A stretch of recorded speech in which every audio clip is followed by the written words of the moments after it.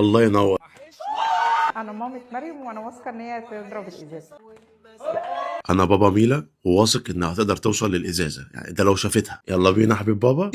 الله ينور. بس بقى ايه، عايزين يعني احترافيه اكتر المره الجايه. ما شاء الله. انا مامة مالك وواثقه ان مالك هيضرب الازازه. بكلمك بجد، عندك الثقه انك تقعد القعده دي وتحط ده؟ انت لو حاطط برميل فوق راسك ابنك هيعاند وهيجيبها فيك. انا مامة فريده واثقه انها هتضرب الازازه. نركز يا فريد عشان لو ما جاتش احنا مش حمل نوم على سلالم. ما شاء الله، هي دي الامهات اللي بتدي الثقه لعيالها بقى. بس انتوا معذورين برضه يا جماعه، والله انتوا لو فكرتوا تعملوا كده مع عيالكم بجد يشقلبوكوا. انا مامة ياسين وواثقه ان هو يضرب الازازه. هو انا مش قلقان من ياسين بس يعني حضرتك واقفه كده حاسس ان انت اللي قلقانه. يا جماعه العيال دي سالكه والله العظيم من جواها بقى. عيال ايه ده، الرجاله دي سالكه من جواها. فيها يا فندم. انت ليه مش واثقه ان هو يعملها؟ ده ما شاء الله كان واقف وقفه واحده استعداد، والحمد لله احنا مروحين سلام. انا مامة حمزه وواثقه انه هيضرب الازازه. الله ينور عليك يا حمزه. مش عارف ليه دايما بحس ان اي حد اسمه حمزه حتى لو طفل صغير بحس ان عنده هيبه كده. انا مامة حلا وواثقه ان هي هتضرب الازازه. لا ثواني معلش، مش حضرتك مامة حمزه ولا؟ انا مامة حمزه وواثقه انه هيضرب الازازه. ما شاء الله حضرتك وثقتي انك تعملي كده مع الاتنين. يا قلبك. حضن الفرحه ان احنا مروحين سلام. انا مامة زين واثقه ان هو هيضرب الازازه. الحمد لله الحمد لله. انت تحمدي ربنا حضرتك ان زين قدر بصباعه الكبير يوصل للازاز، لان كان في زاويه كده لو كان نزل سنه ما كنت روحي بقى القصر العيني ولا اي حاجه. انا مامة ليان واثقه ان هي تضرب الازازه. والله اللي بيخش بنفرين في حاجه زي كده ده ما شاء الله عليه، ده يا قلبه.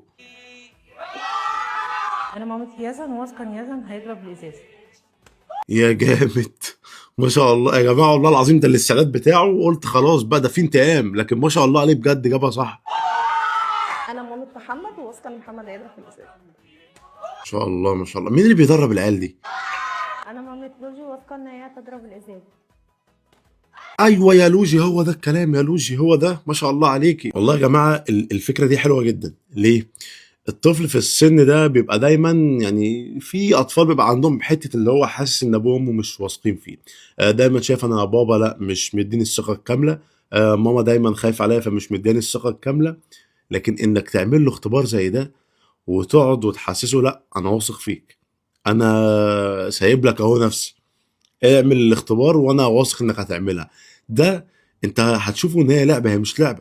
هي مع الوقت هتبني جواه ثقه كبيره جدا. عارف الموقف اللي انت شايفه ده، العيال دي هيفضلوا شايلين الحته دي لامهاتهم طول العمر. شايف ان لا، ان ماما وثقت فيا، ان ماما قعدت وما كانتش خايفه ان انا ممكن اغلط، وكانت عادي متقبله. فبجد فكره حلوه جدا. اهم حاجه يا جماعه الولاد في السن دول حاولوا تحافظوا جدا على ثقتهم في نفسهم، لان هو ده اللي هيفرق معاه طول حياته. ده اللي اما يعني هيبني جواه شخصيه، يا اما هيطلع شخص يعني انت ما تحبش ان هو يوصل للمرحله دي. ادي الثقه لابنك، قويه، وفي نفس الوقت ما تسيبلوش الحبل قوي، لا يعني خد بالك، بس في نفس الوقت اديله الثقه. كل سنه وانتم طيبين وربنا يحفظ ولادكم يا رب.